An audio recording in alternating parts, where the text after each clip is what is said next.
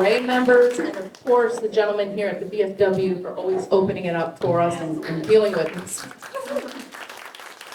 So I'm actually going to ask Ms. Sharon if you can lead us into prayer.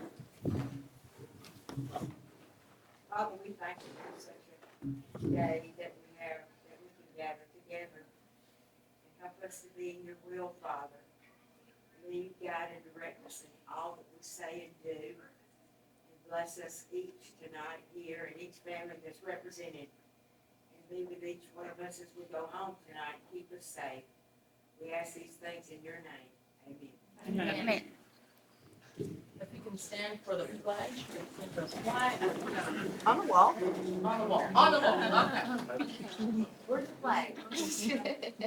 I pledge Pledge allegiance to the flag of the United States of America and to the republic for which it stands, one nation, under God, indivisible, with liberty and justice for all. God bless President Donald J. Trump. So I want to thank everybody for being here tonight. I'll try to keep it short. Our mission at the ERA People to ask questions. is to have educated members and educated voters, and to provide all information available to those voters to make the best choices and decisions. Tonight, you will hear from some of the candidates which have not been invited to the Floyd GOP. I will say we have some Floyd GOP members here. Thank you for coming out. It's really appreciated. And it's okay. It's okay. The ERA is here, so we're going to house all the other people. So thank you guys for coming out. But you can attend the Floyd GOP meeting on Thursday at John Henry's at 6 p.m. Right. And you get to hear everybody else. I'm going to take a little, what's that, Brad said? Point of personal privilege? Yes. Point of personal privilege. There's a lot of us who get known to be as radicals, troublemakers, those people, that group. Malcontent.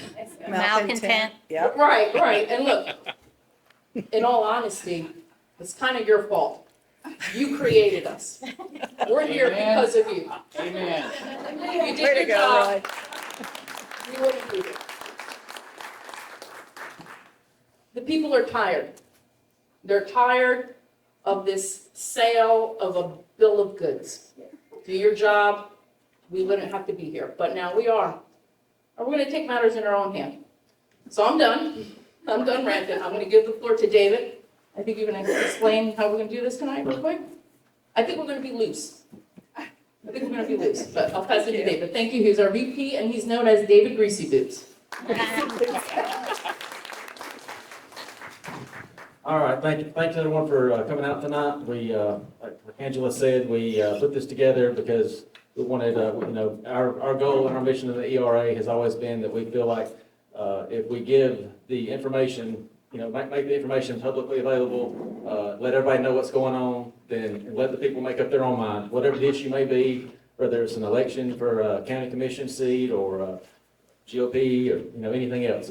Let the people put the information out there so everybody can know what's going on and decide for themselves. So that's what we hope to do tonight, and we wanted to give these candidates here, Mr. Cross and Ms. Kramer and Ms. Pierce and Ms. Cantor here, the opportunity to come and speak with the people here in Floyd County, and so they got the opportunity, everyone out here, to hear from them as well as the other candidates that we'll hear from Thursday. So I wanted to just start out by framing the event tonight and drawing a little inspiration from two of our founding fathers who had very contrasting approaches to what was going on back during the Revolutionary War period. Sam Adams and John Adams. They were both fire revolutionaries, and Sam rallied the Sons of Liberty with bold acts like the Boston Tea Party.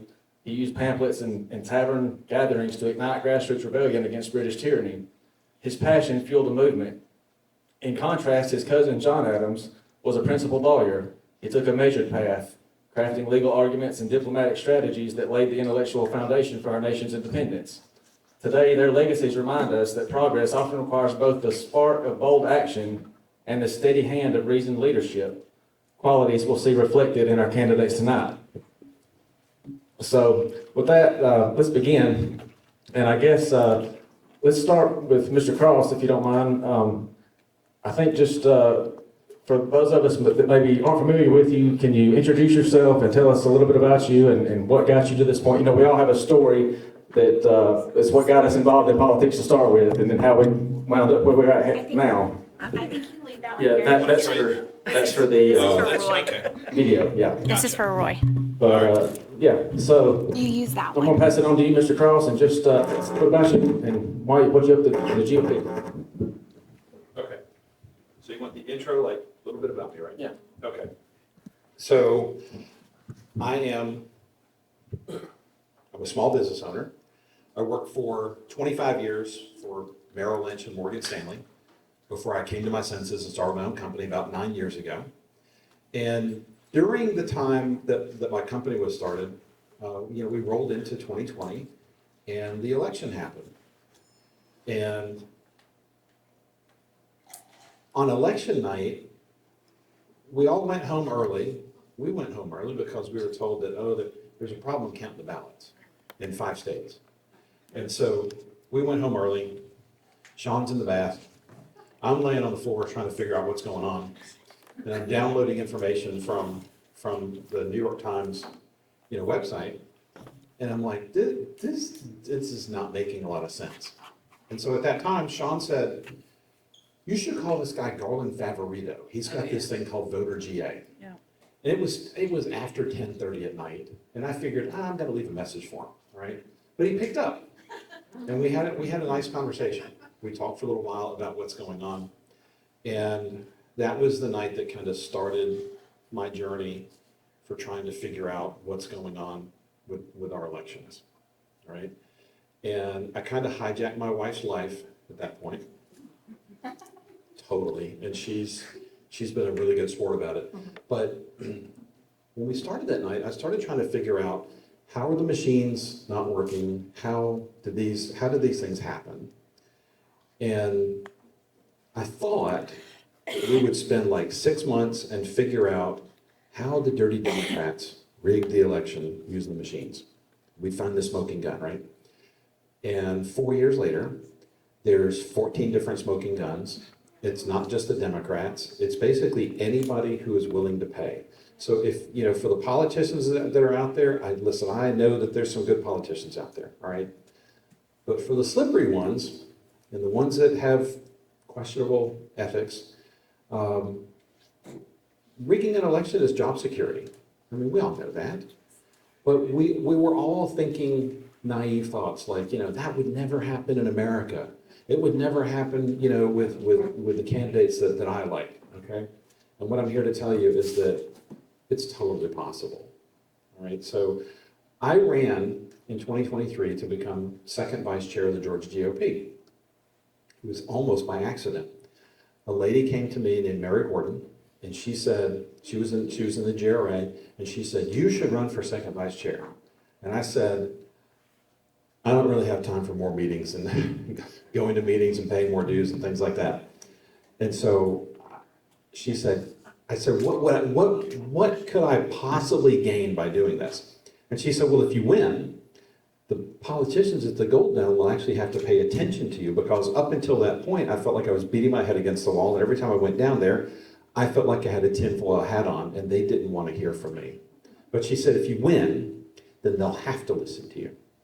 So I said, okay, sign me up. And I went all over the place, and people said, oh, David, that was a wonderful speech. And it was almost like, you're never going to win, okay? But I would talk to people, and they would say, what are my chances? How many votes do you think I'm going to get? And they're like, oh, you're going against this Frost kid. He's the incumbent. You're going to get like 10% of the vote. And when you don't win, we want you to endorse Ken Carroll, all right? Because it was a 4-man race with Ken Carroll and Brent Frost and Brad Barnes, all right? Brad Barnes? Yes, Brad Barnes was running. Sorry.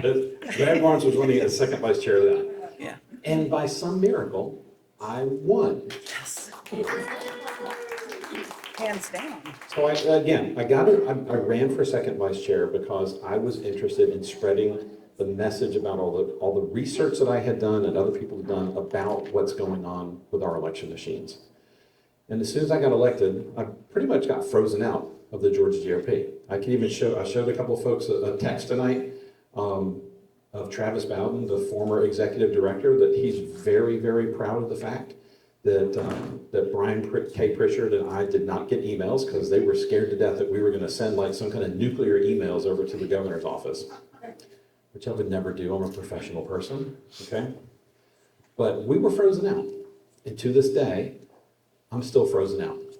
So I ran for national committeeman last year, and Sean ran for national committeewoman.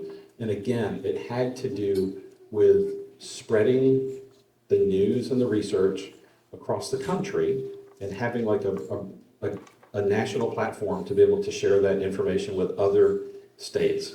I didn't win last year. And I think I didn't win because I think God has a bigger plan. And the bigger plan is to become chairman this year. And I'm running for chairman.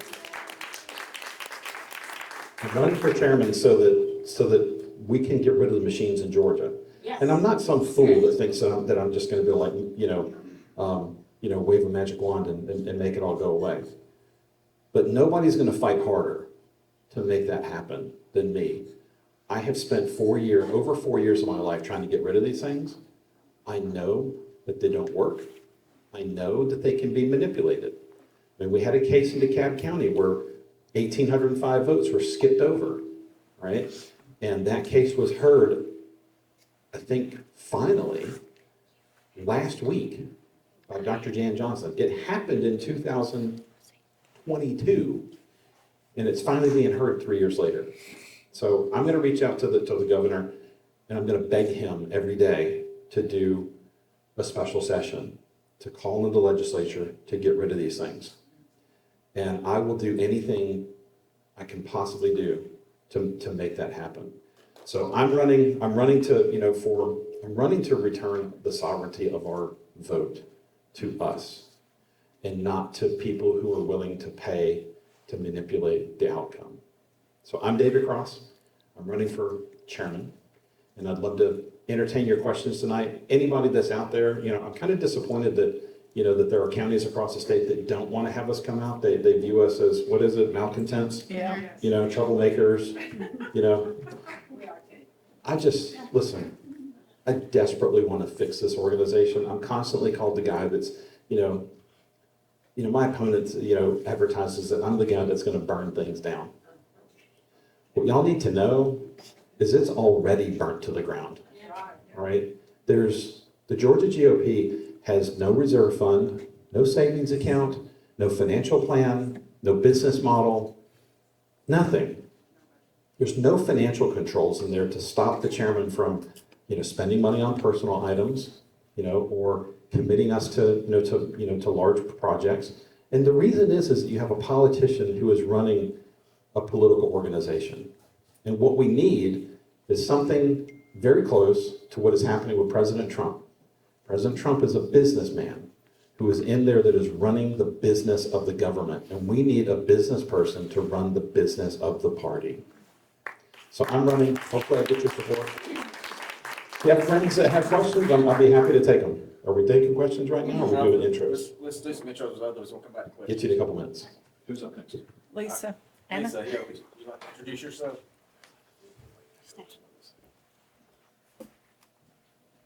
Thank you, sir. So stand back. Okay, hopefully this is okay. Yeah. Cool. I'm Lisa Pierce. I am currently the Upson County Chairwoman. Upson County is in middle Georgia, so if you have Macon over here, Columbus over there, we're right in the middle. I'm in God's country, yes. Why am I running?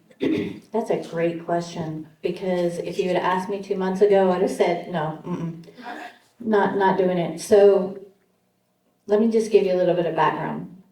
For 27 years, I traveled this entire state. I worked for pharmaceutical companies, don't hate me, and medical device companies. So I worked in every hospital system throughout the state of Georgia. And I was extremely successful doing that business. But in 2022, I couldn't take it anymore. I was being harassed. I was being othered, malcontented, because I would not take an experimental vaccine. And just to kind of give you how important or how serious I am about integrity, how serious I am about a woman of my word. My husband at 43 had a massive heart attack, okay? At 43. And this was in 2017. He's a fireman. That's all he knew. And at that time, he had to retire. So I was the sole earner, people. I was it. And in 2022, because I had been harassed for 2 years, I couldn't take it anymore. Science went out the building in healthcare. If anybody in here is in healthcare, they know science went out the building. It all became, you could show them the science and it just was like cultish. I mean, it was terrible. So for me to have that conversation with my husband to say, I'm leaving a 6-figure income. We're gonna have to pray about this. I know you get a retirement, very small retirement, but we gotta put this in God's hands because I can't do it. I'm considering violence on the daily. I'm just saying. Throat punching, I'm very good at it. So, I left and I became a full-time farmer. And I've never been more happy in my life. And I know that God has led me here. I know it, I know it, I know it. Because if you would have told me I'd be standing in front of you asking you all for my vote, I would have said, you're crazy. I'm in the middle of birthing season, people. Lots of baby goats happening at our farm. My husband is not a participant in that process. So it's me and me alone. I'm running because we need people who are actually going to speak truth, who are not going to go along to get along. If you've seen me more than once, you know that I'm a fighter, and I will fight for each and every one of us in this room. I am the only one running that represents an under 80,000 county. We have unique needs, and you have to know that. We do.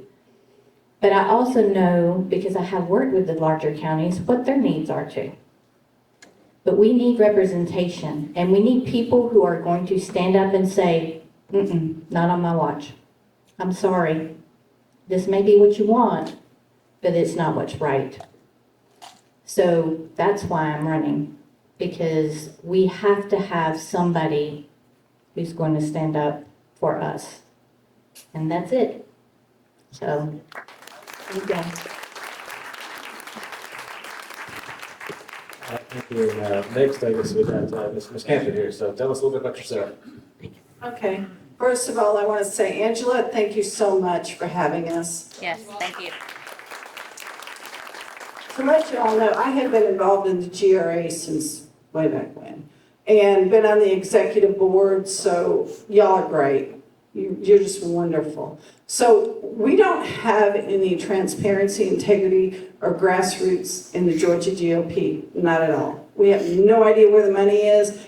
We have no idea about anything, and there's no integrity. I mean, come on, guys.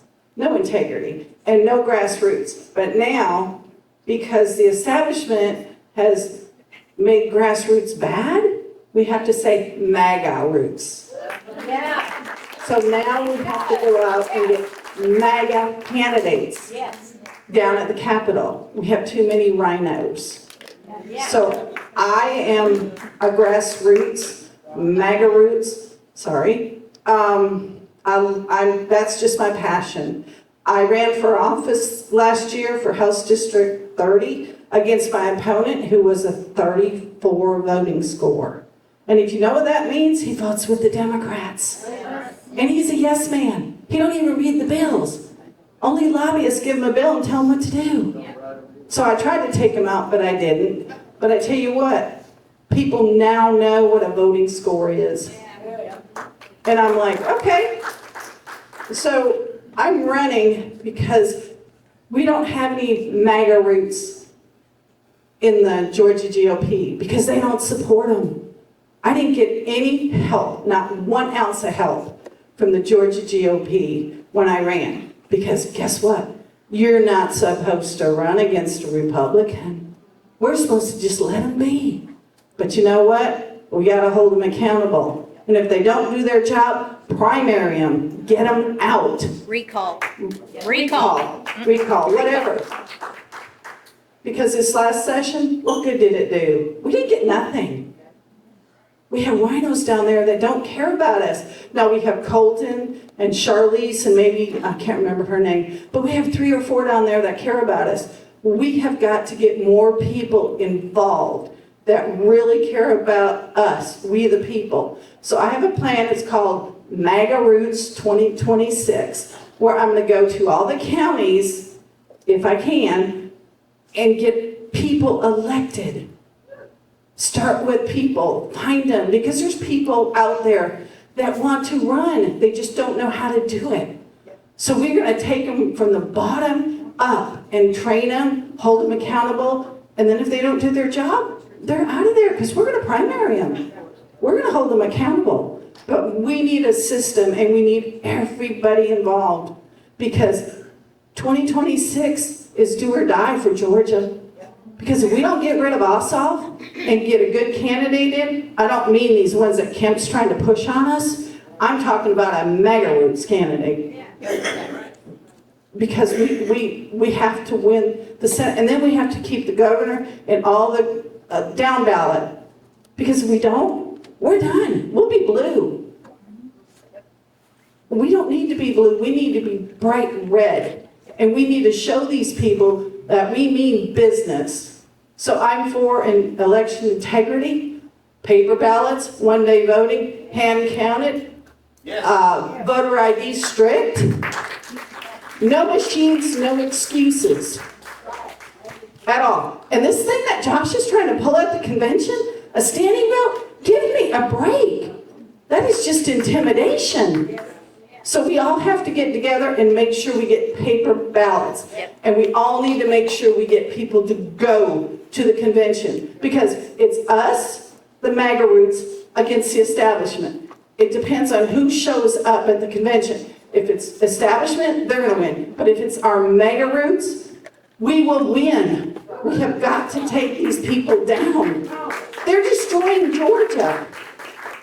So that is why I'm running, because we need integrity, transparency, and MAGA Roots down at the Capitol. But I'm going to tell you something. I wasn't going to do this.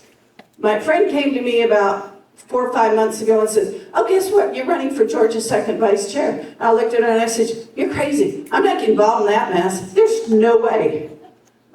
I'm here. Because people kept asking me, would you please run? And I'm going, you crazy? No. You're crazy? No. And then one of my best friends called me and said, why don't you run? And I'm like, okay, God, I got it. I'll do it. So that's why I'm here. And we have got to change the Georgia GOP. And this convention is so, so important. So please get everybody you can to go out. Help them if you have to. Give them a ride. Pay for their room. We have got to take these people out, or we will not have a Georgia next year, because they don't care about us, and they're going to put in all these rhinos, and we're going to turn blue.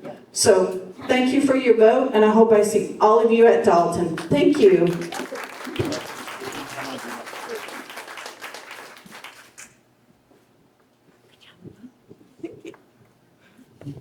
Hi everyone, my name's Kylie Kramer. Thank you so much, Angela and everyone else, for having us. And yes, I love how they call you Greasy Boots. It's funny, the other day my mom asked me, was like, Greasy Boots, I can't find him in my phone. I'm like, because his real name's David Smith. So, Then I had to text him because then I couldn't find it in my phone either, or send him a signal DM, but I had it. Anyways, thank you guys so much for having me, and also thank you, many of you were at the GRA convention, and I'm so honored to have received the GRA endorsement. Thank you. So I guess I connect with a lot of you online on social media, quite honestly, whether it's the GRA chat or on social media through Twitter or another platform. So it's wonderful to see so many faces and the name tags. I'm like, oh, I've never met you before, but I know I talked to you. So I guess like a bunch of these people up here, you know, that are the malcontents, the crazy ones, I am one of you guys as well. I had no intention of ever setting out to do this. In fact, last year when my mom was doing it, I told her that she was crazy, and almost on the daily, I asked her to quit because they are so awful to her. She ran the race for National Committee Woman, and she won. I'm very proud of her. Yes, thank you. And she filed the very last day, and what ended up happening was, you know, it was a very contentious race, and she won, upset Josh McCoon. They shut down the convention, and what did they do? They changed the rules for this year. So instead of being a month from the filing deadline to the convention, they changed it to a 3-month thing, and then Josh McCoon complains about it.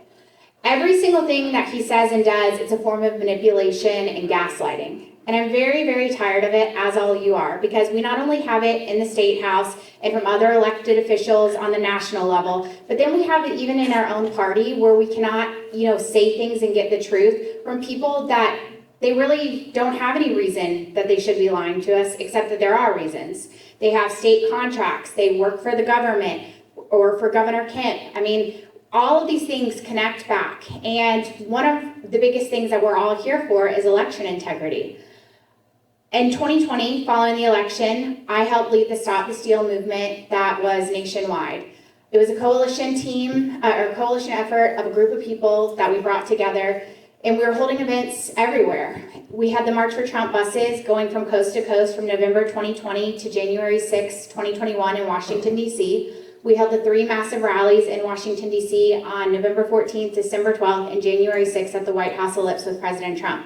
I was so honored that day to speak on stage with President Trump.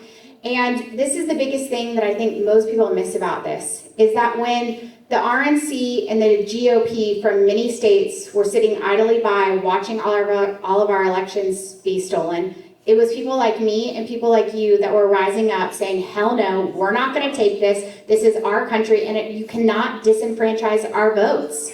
Every illegal ballot that was cast disenfranchised a legal ballot that was also cast, and that's not fair. That is not what our founding fathers envisioned. So I was so proud to stand with President Trump that day when the RNC was down at Amelia Island at the Ritz-Carlton already planning for 2024 because they had already given up on President Trump. So when these people want to talk about how they're so pro-Trump and that they've done this and they have done that, I'm not doubting that they probably voted for Donald Trump in 2024. Absolutely they did. And they're sure excited to be the first in line when he comes to make sure that they get their thumbs up picture with him. But they weren't there from day one. And I'll tell you what, these people that want to talk about how they're so upset about the legal bills that are being paid and, you know, it's just so egregious that all these things are happening, they're not the ones that are offering to actually write the checks. They're not the ones that are using their law degrees to actually file litigation and to push back on any of these things. It's people like me. It's people like my mom, Amy Kramer. It's people like Kathy Latham, David Schaefer, Sean Steele. Those are the people that actually understand what is at stake.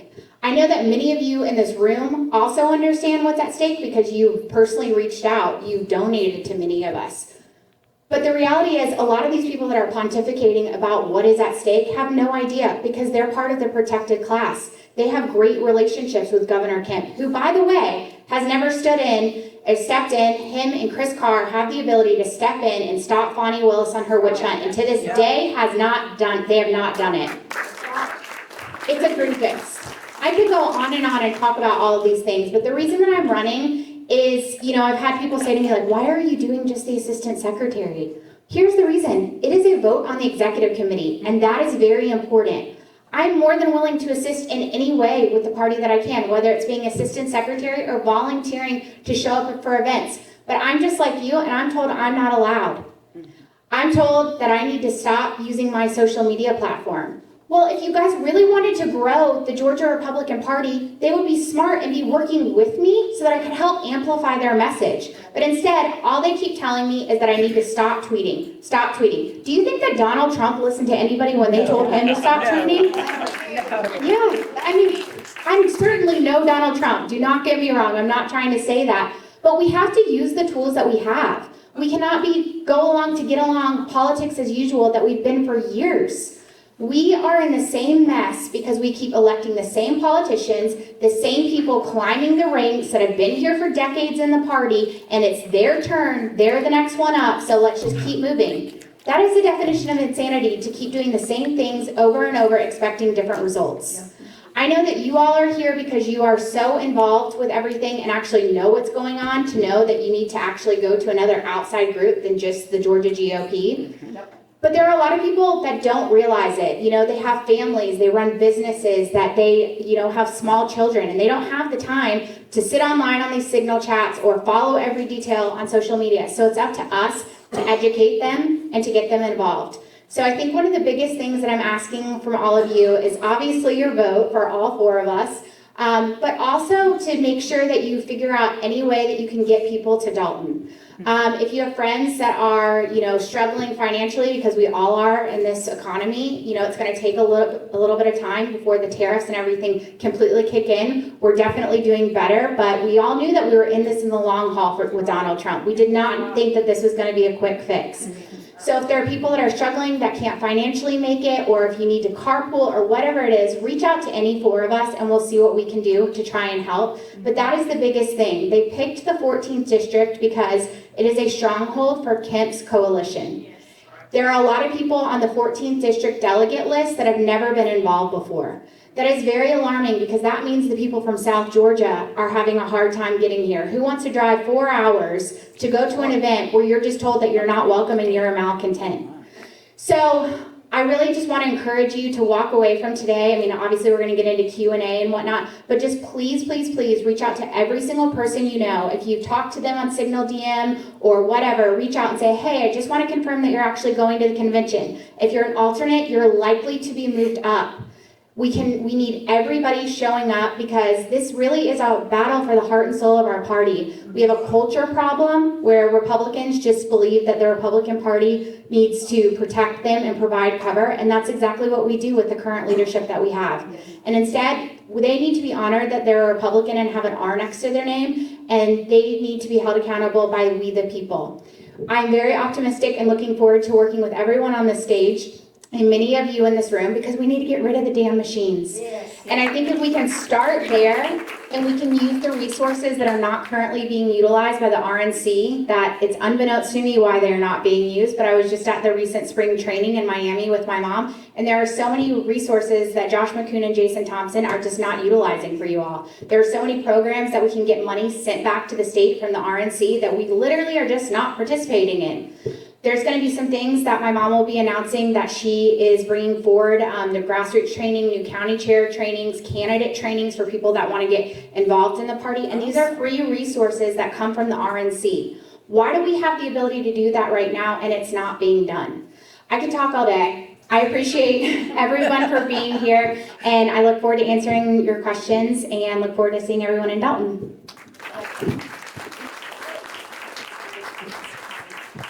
All right, thank you, Kylie. Good job. So, we're gonna start now with some question and answer, and, I encourage, if anyone out there has a question, to kind of be thinking about it, come up with a few good ones, and we'll get to it here. I'm gonna ask 1 or 2, and then hopefully open it up to some of you guys. So, to start with, I guess I'll just start with you, Mr. Cross, and if anyone else would like to, add on to a comment, then we'll see how it goes. But, one of the things that comes to my mind is a couple of years ago when you first ran, you and BKP and some of the others, I remember thinking at the time, well, at least we got a couple of good grassroots guys on the board now, so at least we'll have a voice at the table. And that, went along for a few months. Wasn't all that long, but everyone kind of knows what happened there. But what was your experience in that whole thing? And do you, I kind of know what has happened a little bit, but what was the behind the scenes of that whole episode? And do you feel like you have actually had a seat at the table? As you mentioned before in speaking that you, someone had told you, well, if you run for this position, get the position, we'll have to listen to you. Has that happened? Or, and could you maybe explain a little bit about that, and then what you would hope to do maybe as chairman moving forward? Sure. All right, so I got frozen out from the very beginning. It was very disheartening because there was zero communication. I tried to reach out to the chairman several times, telephone calls, emails. It's really loud up here. Telephone calls, emails, texts, anything, and he was unresponsive, all right? And so I kind of went back to doing what I did before, which was spending a fair amount of time on election security, working with people all around the world. I got a very good friend who is in New South Wales, Australia, and she is desperately concerned about our elections, here in the United States. And she feels like the United States is the last bastion of freedom. And if we go, it's all gone. Yep.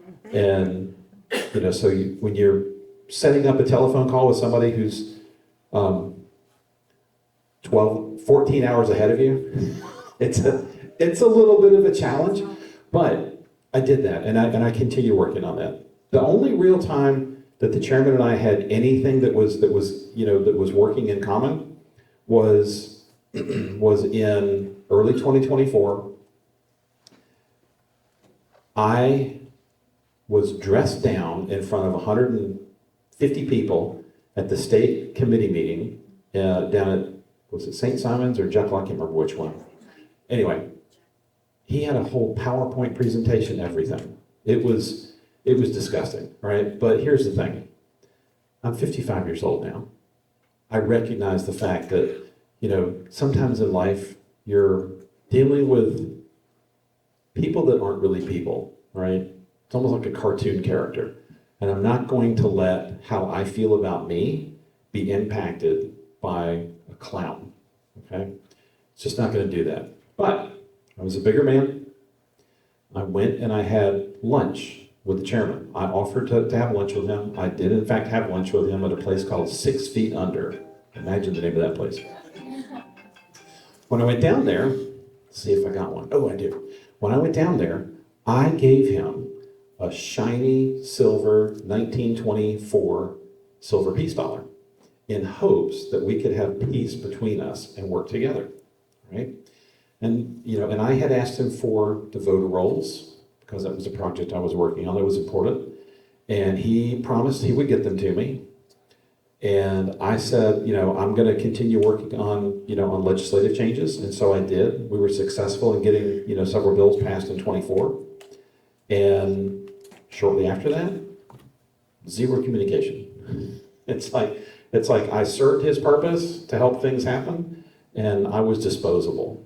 So that's not the way it's going to be with me as the chairman. With me as the chairman, one of the things that we're going to do, and I was explaining this to, what is your name again? Deirdre. Deirdre. I was explaining this to Deirdre tonight. That we are going to have, I'm going to have folks do something called a DISC profile. It's basically it's a test that you do that helps leadership understand what are your communication styles and preferences, what are your strengths and weaknesses. I've done those, I've used those on teams my entire career, and it helps me because I know that I'm a very big picture person. I know that my weakness is, I know that when it comes to, I have an appreciation for the details, but I am the bottleneck when it comes to doing the details. My job is to get above the trees, figure out what direction we're going, and then assemble the team on the ground to cut the trees so we can get to where we need to in a straight line as fast as possible. That's what a leader's job is. I'm going to use those kind of assessment tools to help figure out who should be working together, who maybe competes with each other, so we don't have these clashes that go on. Last year, there was one executive committee meeting. I'm sorry, there were two. This year, there have been no executive committee meetings. Now, I work in the business world. As a business person, if I'm running a large organization, my executive committee would be meeting probably once a week, at least once a month, okay? The state committee is a much bigger group. I kind of look at them as shareholders, right? How often does Coca-Cola have a shareholders meeting? Once a quarter, right? We should be doing the same thing. How often do they publish their financial details? Once a quarter. We should be doing the same thing. What I see as my job is to return truth, trust, and transparency to this organization. There are people on the state committee. There are people on the executive committee. There are district chairs that don't give money to the Georgia GOP.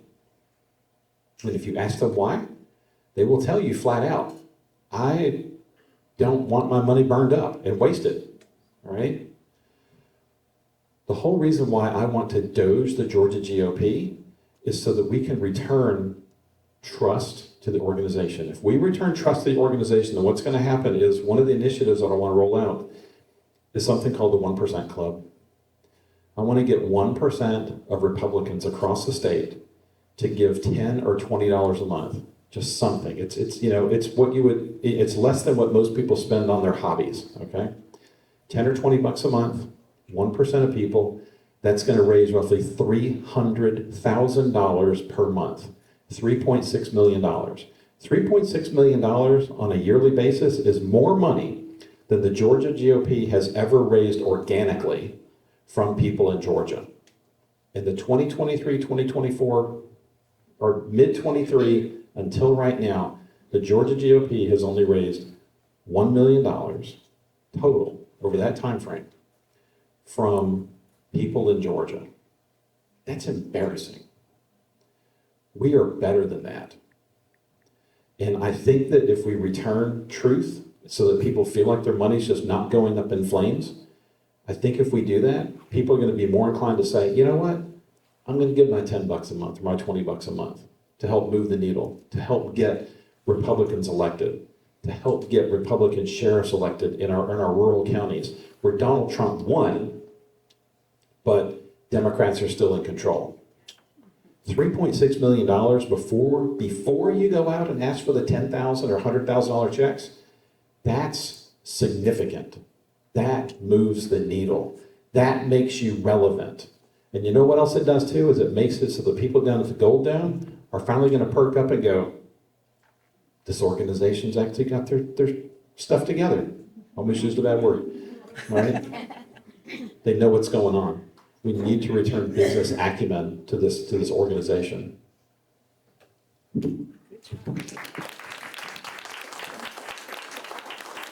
Great, yeah. You know, we have here, it says sometimes in political circles especially, oh, you don't have the experience. You know, they said the same thing about President Trump and others too. And, you know, Mr. Cross here is a businessman from Georgia, and I've heard a few people say that maybe David Cross is the President Trump of Georgia in some sense. So, you know, we've yet to be determined, but it's I like it better than what we've got right now. Can I get the $1 billion to go with it? If you're a good fundraiser. But of course, it wouldn't go to you, would it? That'd be another problem. We'll be talking about this 2 years from now in a different way. Okay, so would any of y'all have anything else to add to that about like just your perception maybe about what went on in the last couple of years with the lack of executive committee meetings and removing Mr. Pritchard from the board and all that kind of thing? You know, they try to play it out like it's everybody across the state agreed on it, but there's a lot of people, everyone I talked to wasn't very happy about it. So tell us how you feel. Okay, so when I first kind of got really involved in Georgia, I've been born and raised here. I live in Marietta. I went to Lassiter High School. But I've come at it from a different angle. I worked on the national level. I've worked in 49 of the 50 states. The only state that I haven't worked is Hawaii. And for obvious reasons, it's very blue, but also, well, you know, a huge oceans between us. So working here in Georgia, when I first started getting involved, I was very close to Sally Grubbs. And she was our Cobb County chair, but she also was doing great things on election integrity. So I was taking a lot of information from her and I was helping disseminate that. And I feel like I owe a lot of people in this room an apology. And that is because I was a very loud advocate for removing Brian Pritchard. Now, election integrity is something that is very important to me, and I still stand by that. However, what I didn't know was that the full story was not being told to me. I was being fed specific information that they wanted me to get out so that Josh McCoon, Sally Grubbs, and honestly, Brian Kemp could get rid of Brian Pritchard. And I did that. Brian Pritchard and I have made amends. You know, we definitely disagree on things, but we actually agree on more. Just like we agree with more things on the Republican Party if you actually sit down and have conversations with people instead of just trying to pit them against each other. Yes. I think that is a huge problem that we have here within the Republican Party, is that more people are not doing talking and sitting and having these one-on-one conversations. And when you try to have those one-on-one conversations, they turn it back around you and gaslight you and tell you that you're wrong for trying to do that. Thank you. I cannot tell you how much that has happened over the last year and a half that I've been involved, you know, here in Georgia. And I will say specifically within Cobb County, we kind of have a war going on within our Cobb GOP.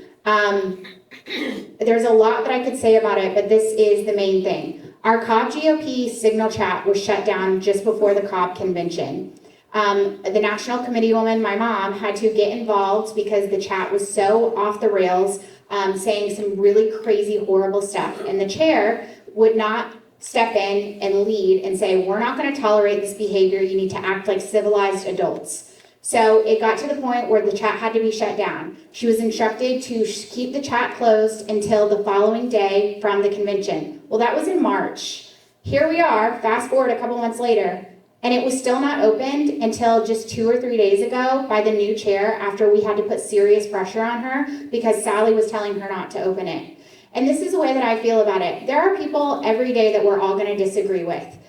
But you have to have the free flow of information and communication so that we can figure out how to move all of our ideas forward. If we're not having open dialogue with people that we agree with, and then also that we don't disagree with, how are we ever going to get anywhere? The way that David Cross, Brian Pritchard, my mom, and many others have been treated on the Georgia GOP Executive Committee is not acceptable. We should be demanding more from our leaders. We should all have a seat at the table. And it's kind of like children. I don't yet have children. I hope to have them one day. But I mean, I nannied and I was a babysitter. You know that if a child is bored, they have, you know, you have got to make their hands do something. Yes. Yeah. Otherwise they get in trouble. Yes. So that is exactly kind of what's happening here, right? You have a lot of people that want to put forward their efforts. You have a lot of people that have a lot of brilliant and smart ideas. Some people just want to be heard. They don't even know the answers, but they just want to be heard. But instead, the door is shut completely in your face. The executive committee, last one was August of 2024. The last state committee meeting was May of 2024. That's over a year ago. That's unacceptable. We need to open up communication and dialogue, and guess what? I know that I'm hard on the establishment, but I also know that there's a lot of wisdom that we can gain from experience that they've had. Not that I necessarily agree with it, but there are lessons to be learned, and I'm open to learning those and having conversations. But I can't even do that if they're telling me I'm a malcontent and don't have the right to be here.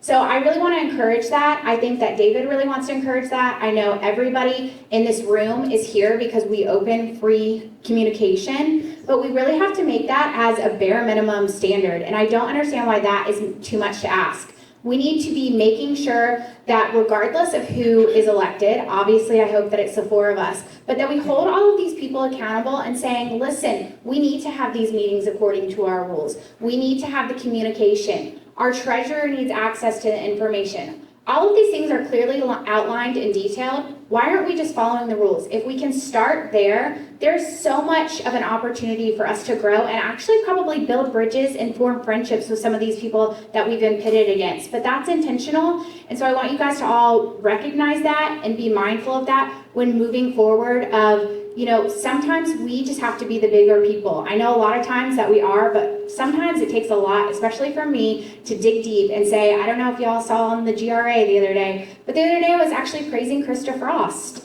We usually go at it, but I was telling her, Krista, I had no idea this was, you know, some situation was being told. She was like, I was involved in that in the 80s. Well, I had no idea because the first interaction that I had with you was your daughter was calling my mom an insurrectionist for the rally that we held at January 6th. You do not grow the party and bring people in and want to cultivate new ideas and grow if you're starting off that way. And I'm certainly not going to listen to someone that treats me that way.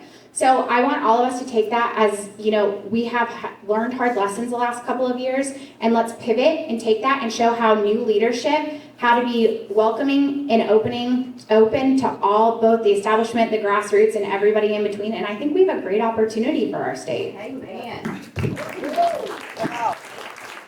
Thank you, Kylie. Y'all have anything to add to that about your experience in the last couple of years? Same thing? No, Okay, they pretty much summed it up, huh? Oh, absolutely. Okay, good. All right, well, I'm gonna take as a point of personal privilege, if we were talking about, one of the things that got me really paying attention and involved in politics was the 2020 election. That's probably the case for most of us here. And in that, before I knew who Josh McCoon or, a lot of Chris Carr, a lot of these names were, I knew David Cross from his appearances on the Georgia 2020 show and some of that kind of stuff that was going on. So, and he was out there with Garland and talking about, all the election-related stuff, Dominion stuff. Well, something that we experienced here in Floyd County is something that I had tried to talk to people about, and I don't feel like I'm an expert enough at it to really elaborate like I'd like to. So since we got Mr. Cross here, I want to ask you, can you tell us a little bit about the Williamson County, Tennessee error? And, we had that happen here in Floyd County, but can you maybe explain a little more about it, what it is, and how that affected our election in 2020? Sure, so I'll keep this brief because I know you guys probably want to have, a lot about like what we're going to be doing if we're elected. I'm sorry, when we're elected. All right, so the Williamson error. Well, the Williamson error was first detected in Williamson County, Tennessee, and what happened was some people were putting the machines away. They were closing up for the night, and somebody said, "Huh, that's kind of strange." Wants me to eat the mic again. Okay. So they said that's kind of strange. What's happening? And what they found was there were a bunch of ballots that had run through the machines, but they hadn't actually tabulated, right? And the Federal Election Commission was called out to investigate it. They took a look at it and they brought Dominion out, and Dominion said, "We have no idea what's causing this." And it took them months before they finally figured out that there was some kind of conflict with the software, right? But to this day, they don't know exactly what that conflict was. All right, so fast forward to March of 2022, in DeKalb County, same thing happened there as happened here. Ballots are fed into the machine, they're not counted. And the problem is that the only way for you to actually know that happened is for somebody to look at the machines in the precinct and say, okay, this one has 100 ballots in it, this one says it read 100 ballots, this one says it read 100 ballots, and then when you're done, you pull out all the paper and you count out the pieces of paper and you go, wow, there's 350 up here, but the machine said there's only 300. There's really no telling how many times that has happened in Georgia because nobody counts the ballots. You're supposed to. The law says that when you close up a precinct for the night, you're supposed to count the number of pieces of paper, but nobody does it. Right. I was a precinct manager in Gwinnett County, and when I went through training, I said, hey, when we're closing up for the night, I want to count the number of pieces of paper that are inside the machines. And they said, oh, no, there's no need to do that. And I said, but the law says you're supposed to. And the lady didn't believe me that was giving me the training until I pointed it out to her. So I counted the ballots at my precinct. So we didn't have a problem there at that time. But what I tell people is that election fraud is not widespread. Election fraud is highly targeted. It depends upon the vulnerabilities in particular locations and what machines are being used and what processes are being used. So it's out there and it still exists. All right, thank you for that. So, anybody else come up with any questions yet? Yes, Okay, Miss Nancy. yes. Hey, David, thank you. Thank you, everyone. Would you address the corporation and what your plans are? Okay, so the question is about the corporation. Okay, so the corporation right now, it's an issue for some people, and other people, they don't see it as a huge issue, or they don't even know about it. How many people in here know about the issue of the corporation? Wow, almost everybody, okay. So here's how it's really simple, right? If you think about a bunch of, books on a wall, and there's, they're called different titles, all right? And so each book has a different title. Title 14 is book number 14. That one deals with corporate law. Book number 21 is about election law. Right now, the papers for our organization, if you go on the Georgia GOP website and you pull up the rules, it says the rules of the Georgia Republican Party Incorporated. We're not supposed to be incorporated as a party. And the chairman said back in 2023 he was going to fix it. He said members just want to be members. The corporation stuff, it's a mess, I'm going to fix it. And then later on he came back and said, well, we can't fix it because there's a lawsuit going on. And then the lawsuit's over, and now he's saying, well, maybe we should leave it in place because it gives us liability for events. Last time I checked, whenever I plan events, and do stuff with my clients, what do? I buy event insurance, right? That's just what you do.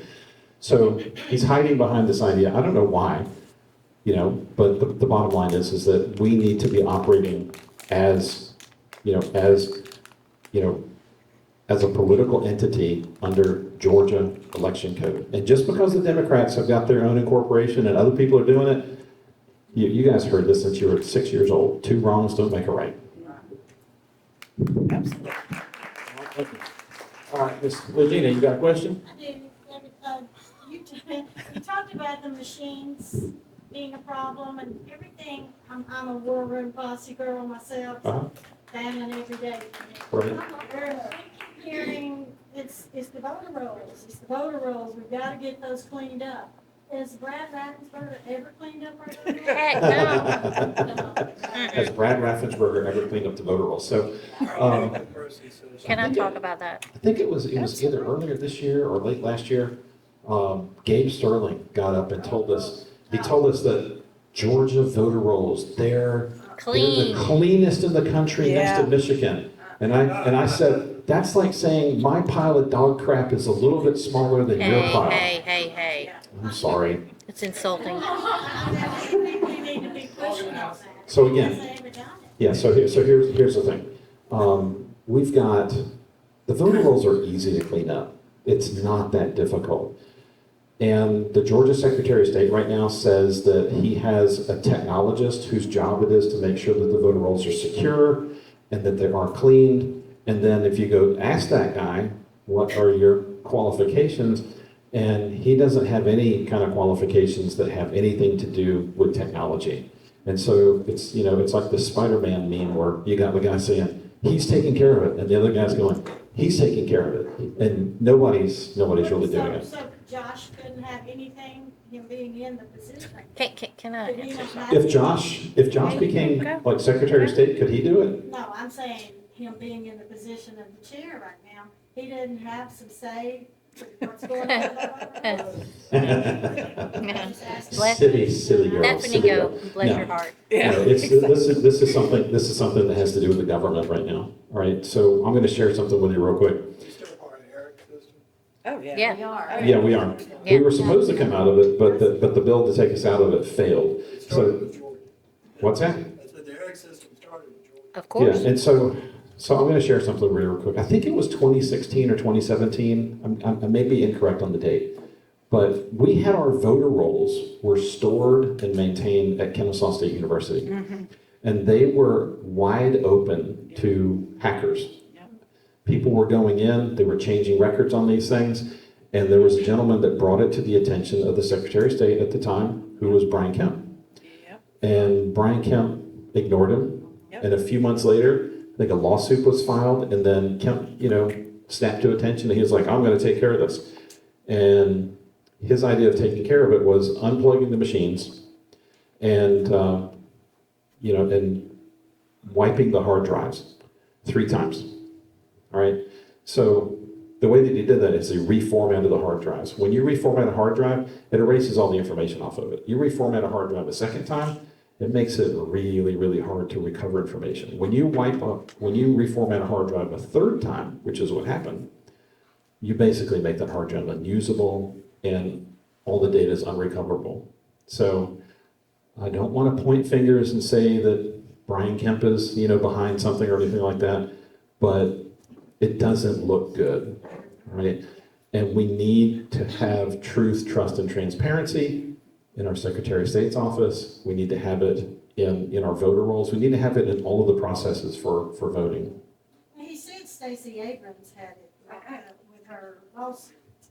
Is there some legitimacy to that? I mean, No. that's what his excuse was. No. That she had a lawsuit that prevented him from being able No. to go clean up the vote. No. You can totally, I mean, that's, just because somebody says, I don't like the way you're doing it, it does not stop the government from doing their job. They're supposed, I mean, that's just excuses in my opinion. There you go, Lisa. How might artificial intelligence affect an election? Wow, that's like a 30-minute conversation. Every tool in the world is being used to infiltrate our election systems in Georgia and other states. Nation states are trying to get into our election systems. Every tool is being thrown at these things. The only thing that is not hackable is hand-marked, hand-counted paper ballots counted at the precinct, and the detractors out there and the critics will say, but in the 1960s, that's how elections were rigged. Well, in the 1960s, we didn't have high-definition cameras everywhere. And I told somebody tonight, I would be comfortable with Martians counting my ballots if it was done, with a high-definition camera to make sure that it was accurate and secure. So the world has changed a little bit. Taiwan counts 14 million ballots between the hours of 4 p.m. and 8 p.m. in all of their elections. If they can do it, we can do it. It's just a logistics problem. It's just a trying to figure out how to do it problem. Thank you. And Ms. Pierce, you got something to add to that? I want to go back to the voter rolls. Who's responsible for the voter rolls? Secretary. Secretary, yeah, but really, who had the responsibility of the voter rolls? Was the counties. And then our brilliant Secretary of State took control of that. I wonder why. He claims though that. So he could steal it. Oh, liar. Sorry. So last year was my first year being a county chair. Okay. And it was a very pivotal election year. I think you all would agree.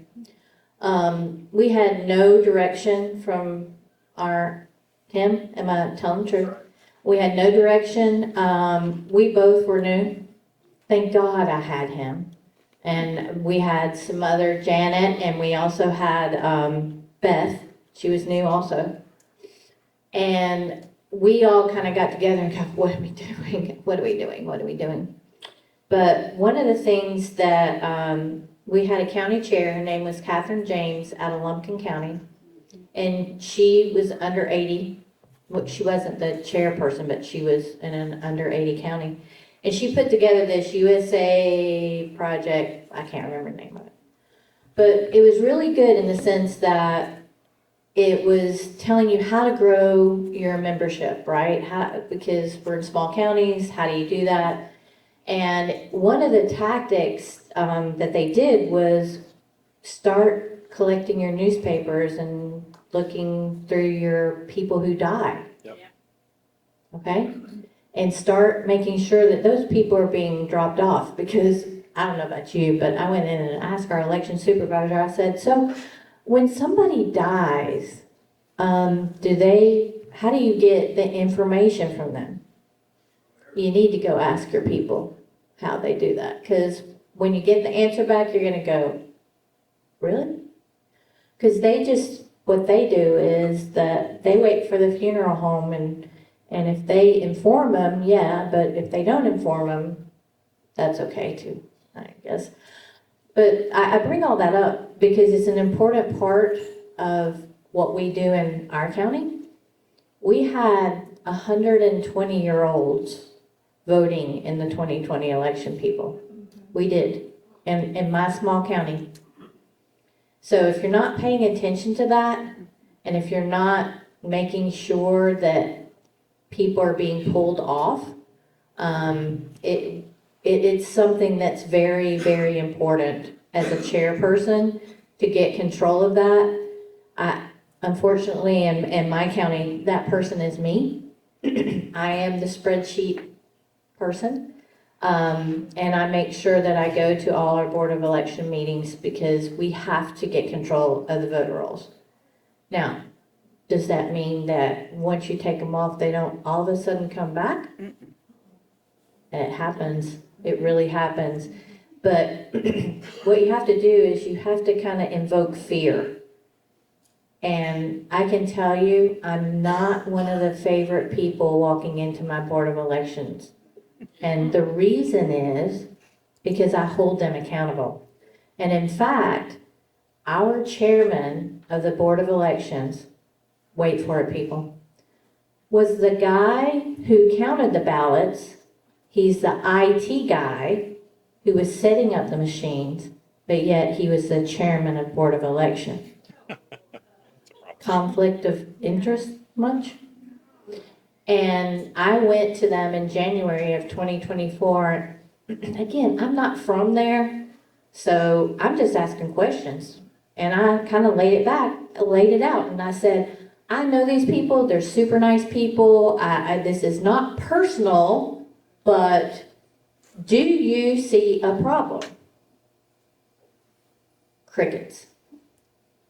And I'm like, okay, that's how it's gonna go. But guess what? He ain't the chairman anymore. In fact, he's off of the Board of Elections. Because that's what we gotta do. We've gotta do that. So, what else was it you wanted me to talk about? I think there was something else. Oh, just your numbers in your county. Oh, that was something she wanted me to talk about, was my numbers. So, it is something that's really important. So, going back to the 2024, we had no direction.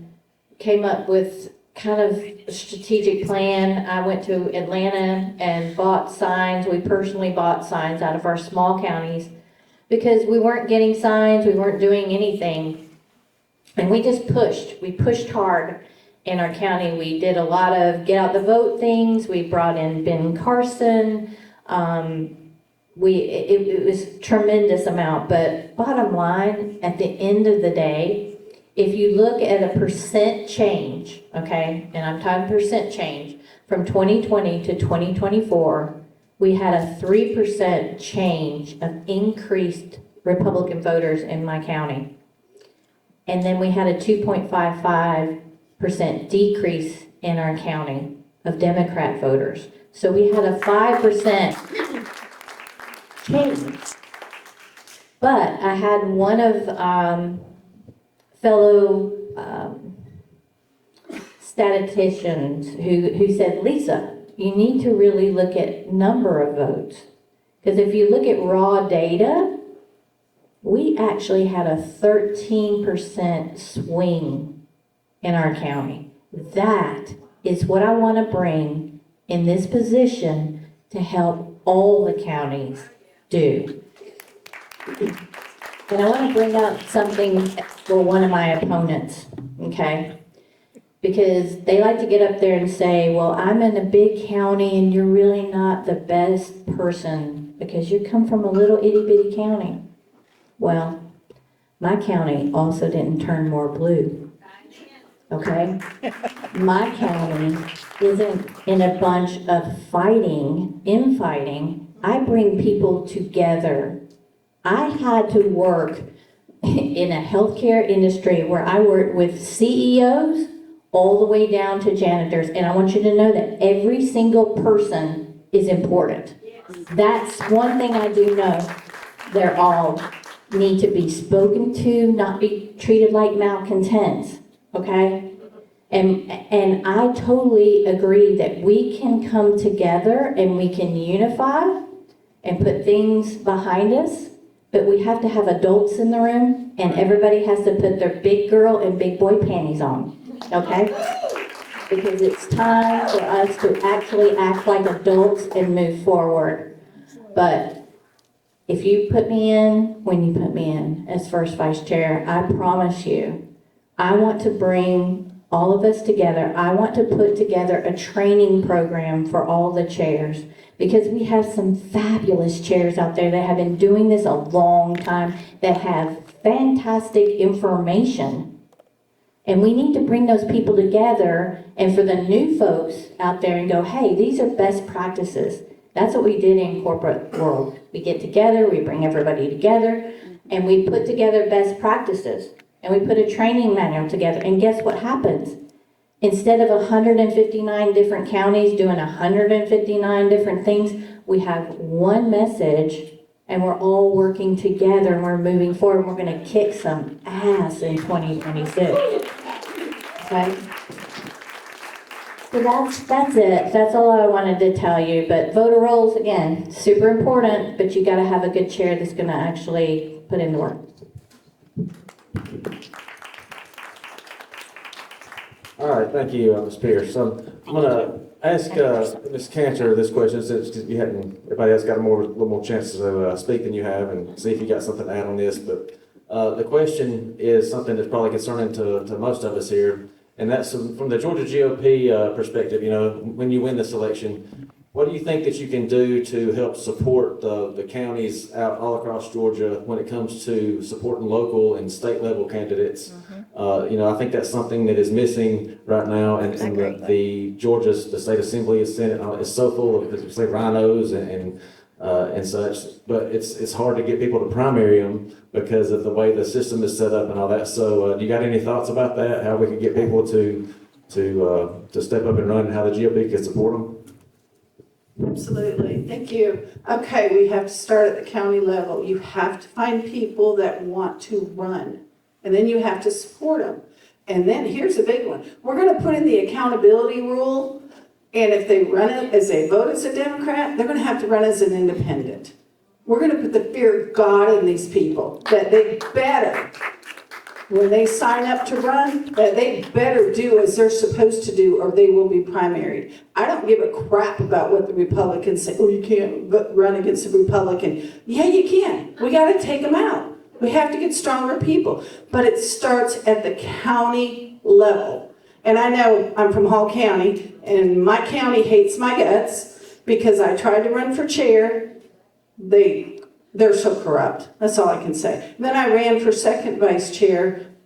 Oh, I didn't win, but man, they're all establishment now. So they will not back any of us. They're all Josh supporters. So I'm fighting them up there, trying to get them to do what's right. So there's going to be counties that don't care. They're just going to go along, get along. They're doing okay. They're doing okay. Their voting record may be 30, 40, but they're doing okay. We got to stop that. And it's got to be at the county level. So we have to find people that want to run. And then we have to support them. We have to show them how to run. We have to show them how to campaign, fundraise, how to do everything. And then after we do that, we vet them. And we vet them hard. If they've been in office, we take their voting record and we ask them, why did you vote this way? Why did you vote this way? Do you realize this is wrong? And if they say, well, we'll change, yeah, right, they're not going to change. It's whoever pays them. When you follow the money, you see who is paying all these people. Like my guy, he is supported by all the good old boys in Flowery Branch and Gainesville, all of them. So he votes the way they want him to. And he's a yes man. Like I said, he doesn't read any of the bills. He just votes yes. And I'm like, okay, so this has got to stop. So we have to make sure we vet these people. And if they've never run for office, this is the time you find out if they've been leaders and what they're doing in their county. and everything, and talk to people, because people will tell you the truth about somebody if you ask them. Like, oh yeah, he's a good guy, he did this, this, and this. Or else, oh, really? You're gonna give him a chance? Well, you know that guy's out. So vetting is very important. And we did this in the GRA. I was on with a team with Ron Hooper, and we vetted people before we went to the endorsing convention. So I know how to vet people. If you guys don't know Ron Hooper, he's amazing. Amazing. He's got a good vetting plan. So we have to vet people, get them in office, hold them accountable. And if they don't if they don't do it, primary them. Who cares? There's people out there that want to run for office. Like, I thought I'd never run for office. But when I looked at Derek's record, 34%. District 30 deserved better than him because he don't care about we the people. He only cares about the money he gets. That's all. And that's what's going on down there. Thank goodness for Colton Moore and Charlize Bird. They are amazing. They are standing strong in the cesspool we have down in Atlanta. So we have to give them all our support. And can I say one word? Burt Jones doesn't get my vote. You know why? Because he didn't support Colton. He left him out there to go through what he did. He just took his people and went in. Why didn't he come back out and go, I'll stand by with you, Colton. I'm not going to let this happen to you. Why didn't he? Why? Because he doesn't care about us. Why did he endorse Josh McCoon? How much is Josh paying him? Who knows? This is what's going on. And if we get good people in, we can build up the Freedom Caucus, and we can get good people in there, and we can take our Senate and our state and House back. We can, but it's going to take everybody's help to bring these people forward. And it could be you guys, because it was me.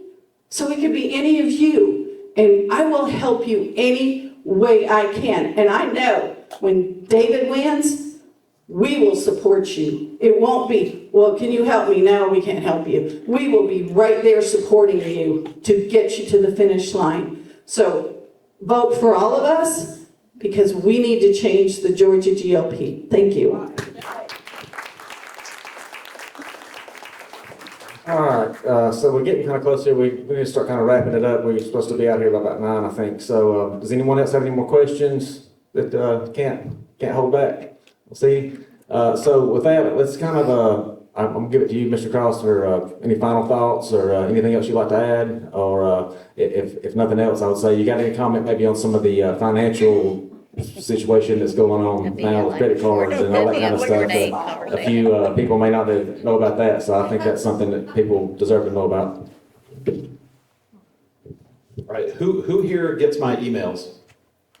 All right, fair number. All right, so if you don't, let me know. You can actually go to crossforga.com or crossforgeorgia. There's a little button at the top that says, I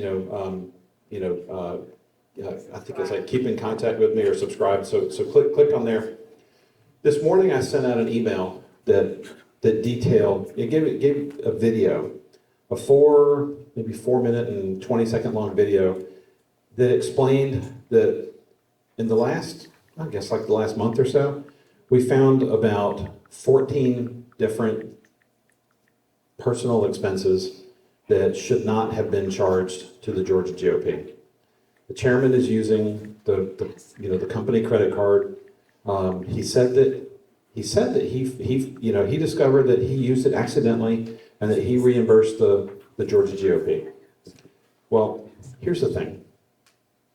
When you're the president or the chairman of an organization and you do something like that, you need to have a meeting with your executive committee and let them know what happened so that they don't find out about it from somebody else.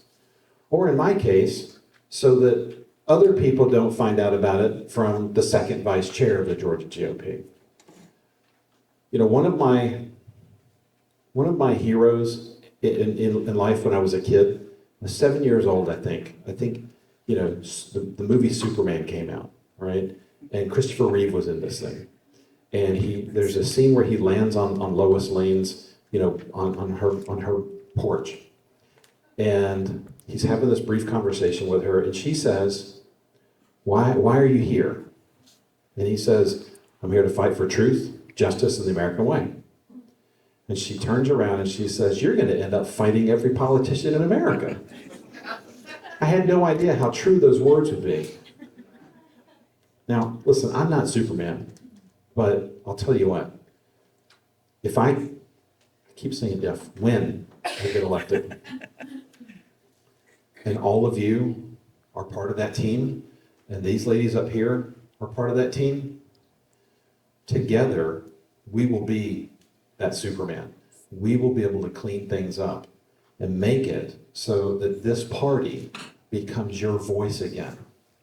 There are too many people that think that it's our job as GOP members, to go to our elected officials who represent us and beg to them and go, please, please, please tell me what I can do to help you.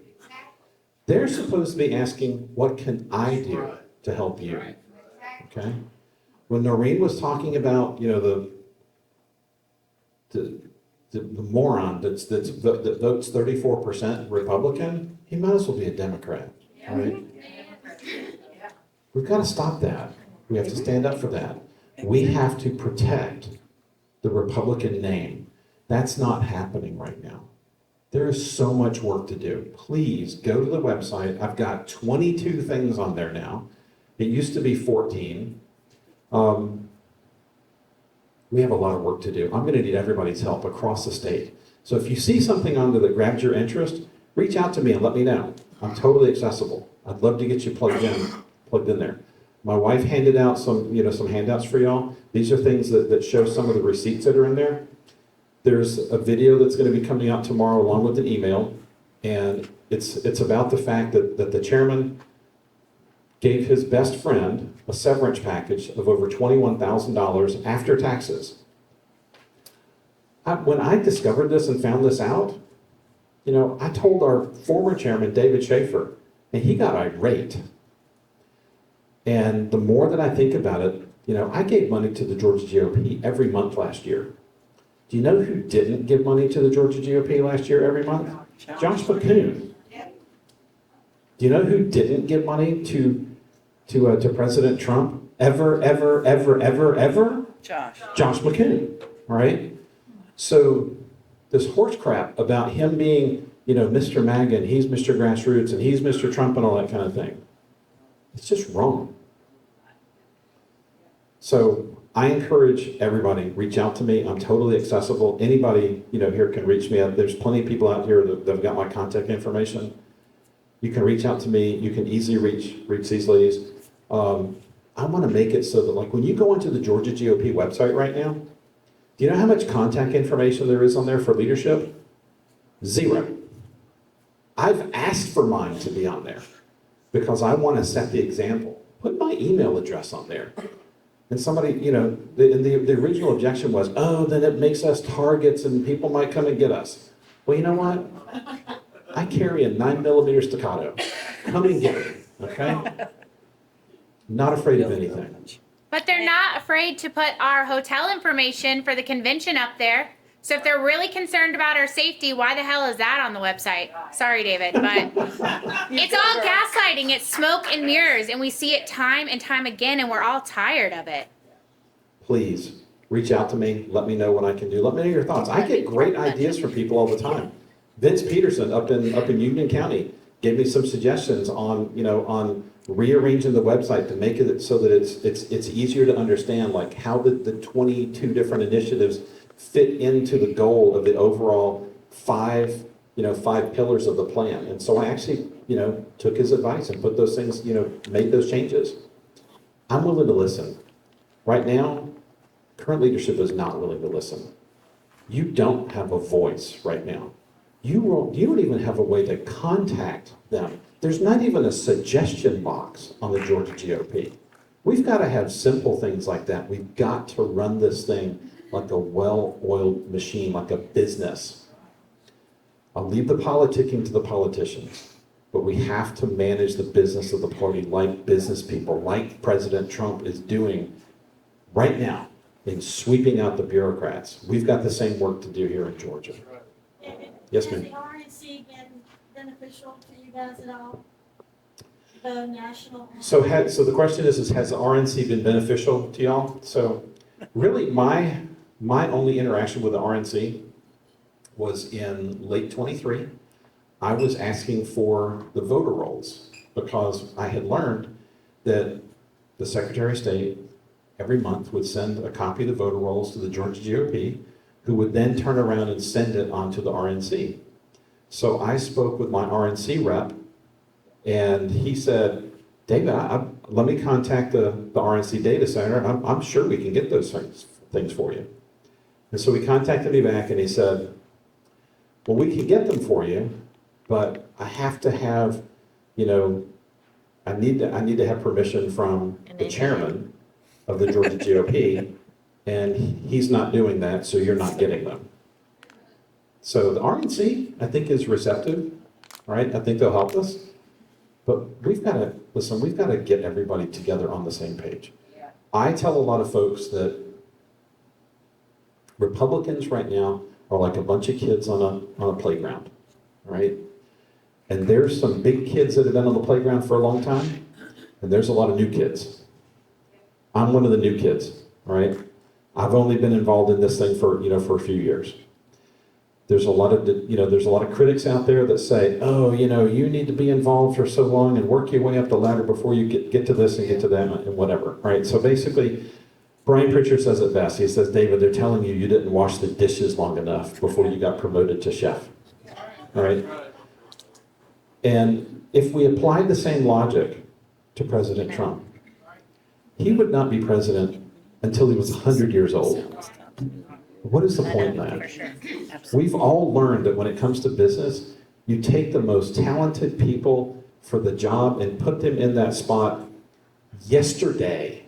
Not sometime in the future, yesterday.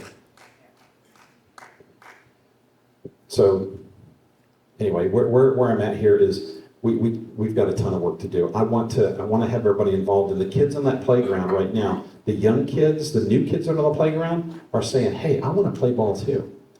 And some of the older kids are bullies, and they're pushing us back. And they're saying, you don't get to play ball right now.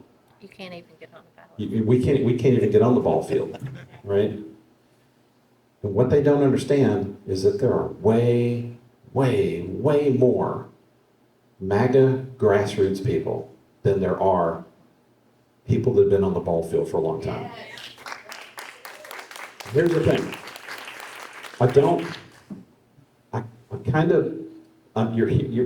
you're hearing from me is I'm pulling back from calling them establishment because I don't want to call people names. I want to give them a chance to work with us. I've always been told that if you want to unite people, you have to invite them, all right? And it doesn't matter which side it is, whether it's us or them, I don't care who makes the first move. I'm willing to do it. And if that means like going to the local bar or something like that and having some chicken wings and some drinks or something like that, then that's what we need to do. And I think if we have those common conversations, I think we're going to find out that their suspicions of us wanting to burn it down are going to be ill-founded. And I think that some of our suspicions about them wanting to just, climb up the ladder, I think we're going to find that some of those suspicions are not well-founded too. There's always truth in a little bit of it, all right? But I'm not here to burn it down. I wouldn't have 22 separate plans to try and rebuild this thing. We've got a lot of rebuilding to do. It's going to be a lot of work. But you know what? It's going to be fun. It's going to be engaging. We're going to kick John Ossoff out and send him packing. Warnock will be next. Yes.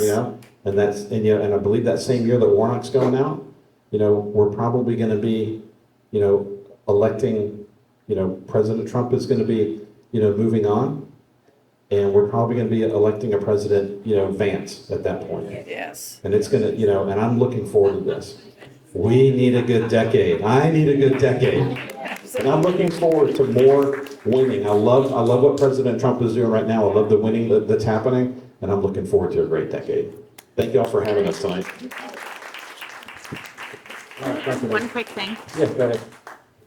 I just want to, sorry, I fell on the stairs recently and hurt my hip, so can't really, not that nimble. Anyways, I just wanted to add on about the RNC. What David is saying is absolutely correct, that he was not given help, and it was because, well, he told the story. But I do want to just give you guys a little bit of hope that my mom was obviously elected, and I mean, she's here, you're welcome to come and talk to her, but she was elected last convention. But the way that the process works takes a little bit of time. So she was not actually sworn in until after the RNC convention in Milwaukee in late July. And then they had the inauguration, which it was a meeting, but they didn't really do any business because it was all about President Trump.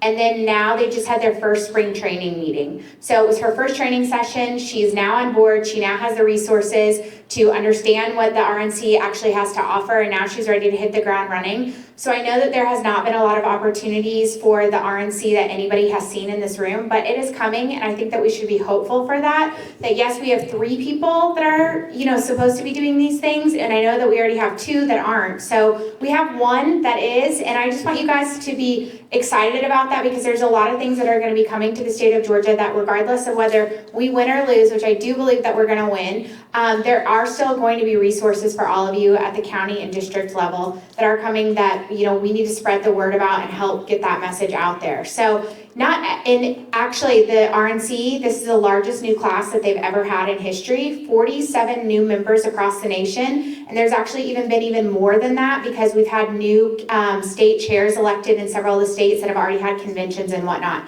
So change is coming. It's not going to happen overnight. And I'm certainly not up here, trying to protect the RNC by any means. I mean, I just told you the story about how they were nowhere to be found on January 6th.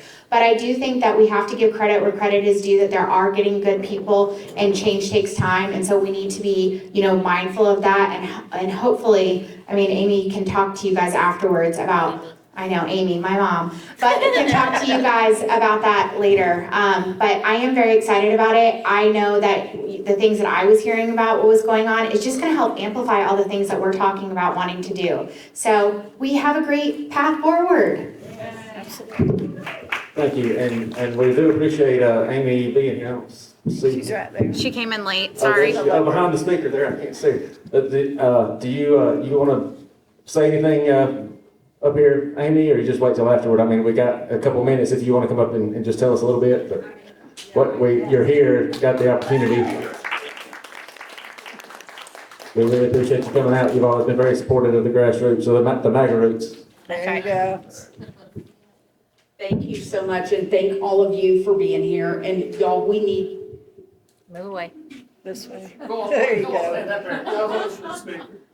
I wasn't coming here to speak tonight. I just wanted to listen. But anyway, thank you all for running and putting yourselves out there. It's not easy, and this has been a campaign that's really contentious. But I do believe we desperately need new leadership. And we need to grow this party and bring more people in because we have to win the Senate race. And Donald Trump is not coming to save us.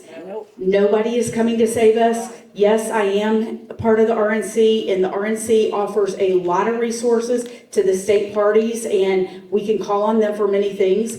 But the RNC is not coming to secure our elections and save us and make sure that, we handle things here the way that we should. It's incumbent upon us to do that. They will be here to support us in every way that they can, but it's we the people that have to do it. And that's why we desperately need new leadership in this party. And yes, I was actually very excited to go last week to the RNC spring training. It was my first one.